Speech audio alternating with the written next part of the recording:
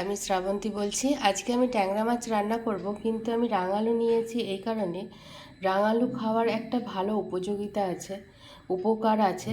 তো সেই জন্য আমি আজকে রাঙালু দিয়েই করব, আলু নিলাম না। তো সঙ্গে থাকুন ভিডিওটিতে। এবং যারা এখনও আমার চ্যানেলটি দেখছেন কিন্তু ফলো করেননি, বা ইউটিউব চ্যানেলটি দেখছেন, প্লিজ আমার সবাই পাশে থাকবেন, এটাই আমার কাম্য রইল। এবং চলুন ভিডিওটা স্টার্ট করা যাক, সঙ্গে থাকুন। ট্যাংরা মাছটা আমি বাছলাম, কিন্তু আমার যে বাচ্চা সেটা হচ্ছে এই যে আমাদের রেবাদি বাচ্চে। ট্যাংরা মাছটা আমি কেটে নিয়েছি, ও এখন চিংড়ি মাছ আর পুঁটি মাছটা বাছছে। রেবাদি খুব ভালো মানুষ। চলুন রান্নাটা স্টার্ট করা যাক। কড়াইয়ে তেল অল্প একটু আছে, তার সঙ্গে আরেকটু পরিমাণ তেল দিয়ে দেব, কেননা সবজিগুলো তো ভাজতে হবে, তার সঙ্গে বড়িও দেব। এরপরে একটু বড়িগুলো আগে ভেজে নেব।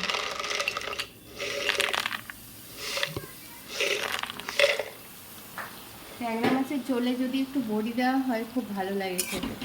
এই বড়িগুলো আগে একটু ভালো করে ভেজে নেব।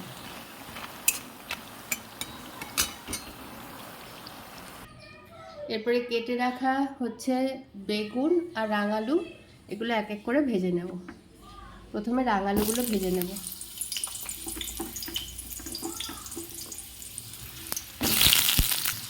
আলুটা ভালো করে, রাঙালুটা ভাজা হয়ে গেছে দেখুন এরকম করে। এবারে একটু তেল ঝরিয়ে আলুটা তুলে নেব। আর তার সঙ্গে সঙ্গে আমি একটা সর্ষে গুঁড়োর পাউডার, অল্প একটুখানি সর্ষে দিয়েছি। আর তার সঙ্গে আমি একটা মশলা করে রাখি, সেটা হচ্ছে কালো জিরে আর শুকনো লঙ্কা শুকনো খোলায় ভাজা, সেটাই একটুখানি এর মধ্যে দেব। আর এর মধ্যেই একেবারে লবণ দিয়ে দিলাম স্বাদ মতো, আর হলুদ। সকালের দিকে রান্না করতে একটু টাইমটা খুব শর্ট, তো অফিস যেতে হয়। পরিমাণ মতন হলুদও দিয়ে দিলাম, দিয়ে পেস্টটা আমি গুলে নেব। চলুন তাহলে আলুগুলো তুলে নেওয়া যাক। কড়াইয়ে যেটুকু তেল আছে, এরপরে যে কেটে রাখা বেগুনগুলো আছে এগুলো দিয়ে দেব।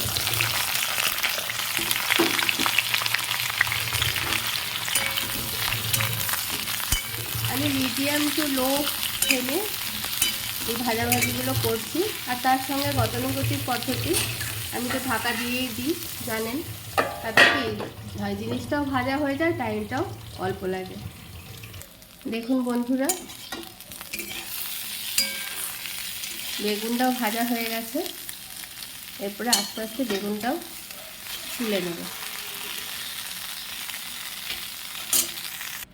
বন্ধুরা, আপনারা তো এখনো পর্যন্ত কমেন্ট করলেন না যে দিদি মাছটা কখন ভাজলেন। না, মাছটা আমি আগে ভাজিনি, আগে সবজিগুলো ভেজে নিলাম। কেন জানেন? মাছের তেলে সবজিগুলো ভাজলে একটু মাছের আষ্টানি গন্ধ চাই, তাই জন্য আগে সবজিগুলো ভেজে নিলাম। এরপরে মাছ ভাজার জন্য অল্প তেল দিলাম। এই তেলেই রান্নাটার উপরে হয়ে যাবে। এই যে মাছগুলো ছেড়ে দিয়েছি, আর কয়েকটা মাছ রয়ে গেল, সেই মাছগুলো এর পরের বারে ভেজে নেব। সঙ্গে থাকুন পর্বটা। খুব টেস্টি কিন্তু মাছের ঝোলটা। সবসময় তো জিরে আদা বাটা, বা অনেকে পেঁয়াজ রসুন দেয়, বা শুধু সরষে দিয়ে পোস্ত দিয়ে করে, কিন্তু এই মশলা দিয়ে একবার ঝোলটা করে দেখবেন, খুব সুন্দর টেস্টি খেতে হয়। তবে হ্যাঁ, ট্যাংরা মাছের ঝোলে বড়ি দিলে কিন্তু তার স্বাদ আরও বেশি ভালো হয়ে যায়। এগুলো ভাজা হয়ে গেছে। এরপরে ফোড়নে দেব কালো জিরে,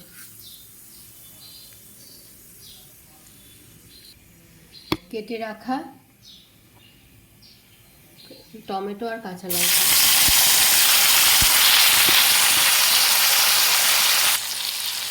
টমেটোর কাঁচা গন্ধটা চলে গেছে।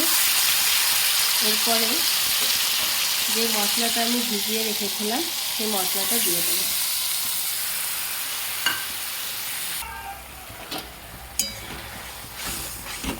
মোটামুটি এটা ফুটে উঠেছে, কিন্তু সবজিগুলো দিয়ে তো ভালো করে কষলে একটু ভালো স্বাদ হবে, তাই ভেজে রাখা সবজিগুলো এর মধ্যে দিয়ে দিলাম। 1 মিনিট মতো ভালো করে নাড়াচাড়া করে নেব।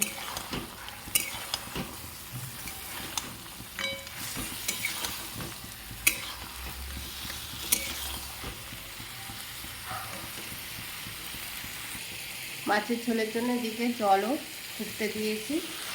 আর এরকমভাবে মশলার সাথে যদি সবজিগুলোকে কষে নেন খুব সুস্বাদু হয় খেতে।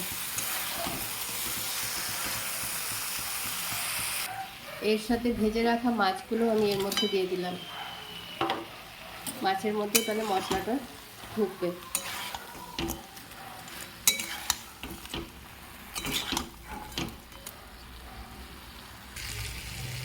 জল একদম টকবক করে ফুটে উঠেছে। এরপরে আমি মাছের এটাকে দিই এবং এটা প্রায় মিনিট 5 মতো আমি ফুটিয়ে নেব। একদম ফুল ফ্লেম করা আছে, মিনিট 5 মতন এই ঝোলটা ফুটবে এবং এর জলটা অনেকটা মরে কম হবে। সবাই ভালো থাকবেন, সুস্থ থাকবেন, সাবধানে থাকবেন। আর একটি কমেন্টের মাধ্যমে জানাবেন যে আমার এই মাছের ঝোলটি আপনাদের কেমন লাগলো। সবাই ভালো থাকবেন। টাটা আজকের মতো, দেখা হচ্ছে নেক্সট ভিডিওতে।